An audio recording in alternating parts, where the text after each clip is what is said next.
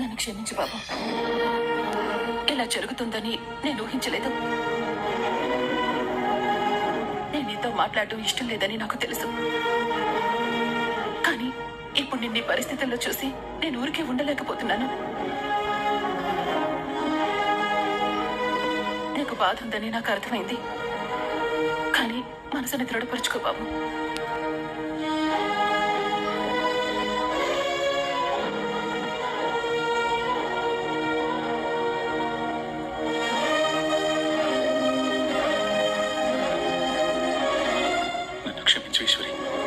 అర్థాంతరంగా లోకాన్ని వదిలిపోతావు అనుకోలేదు. నిన్నేమైనా బాధ పెట్టుంటే దయచేసి నన్ను క్షమించు.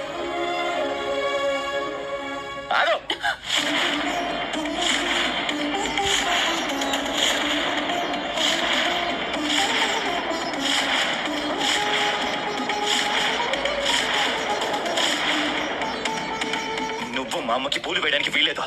రేకన్నా ఏం మాట్లాడుతున్నావురా? నేను మీ అమ్మకి భర్తను రా.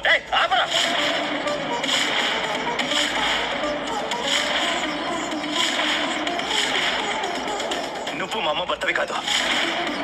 తను చనిపోవడానికి కారణమైన వాళ్ళలో నువ్వు ఒక హంతకుడివే.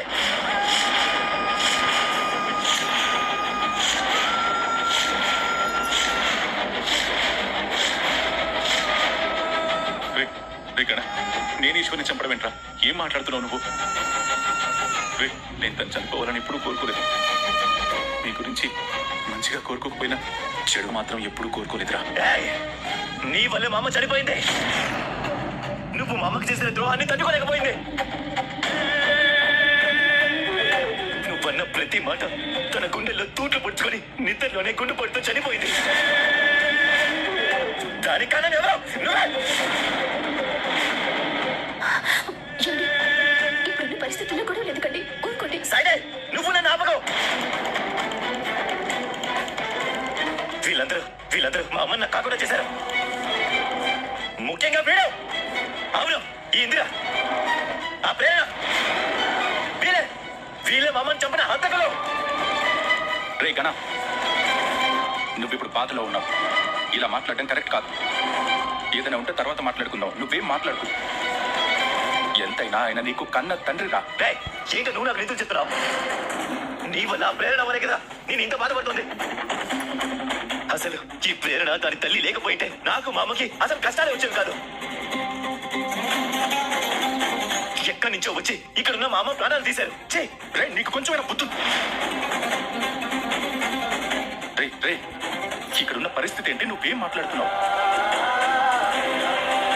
మేమేమైనా మీ జోలికి వచ్చి మీ అమ్మతో గొడవ పెట్టుకున్నామా? ఆవిడే కదా ప్రేరణతో గొడవ పెట్టుకుంది.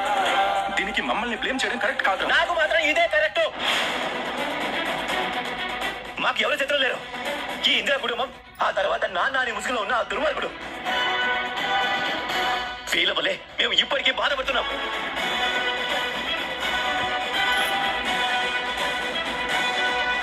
నేను మీకు అన్యాయం చేశానా, లేక మీరు నాకు ద్రోహం చేశారా? మొదటి నుంచి మీరు ఆయన గురించి మాతో గొడవ పెట్టుకున్నారు. ఏ రోజైతే ఆయన మమ్మల్ని తన వాళ్ళు కాదని మీ ముందు చెప్పారో ఆ రోజే ఆయనతో మాకు ಸಂಬಂಧ లేనట్టు ಬದುಕಾಂ. ನೀವು ಗೆಲ್ಲುವ ಸಂದರ್ಭದಲ್ಲಿ ಪೀರಿಯಡ್ಸ್ ಎದುರಾದ್ರೆ ಹಿಂದೆ ಸರಿ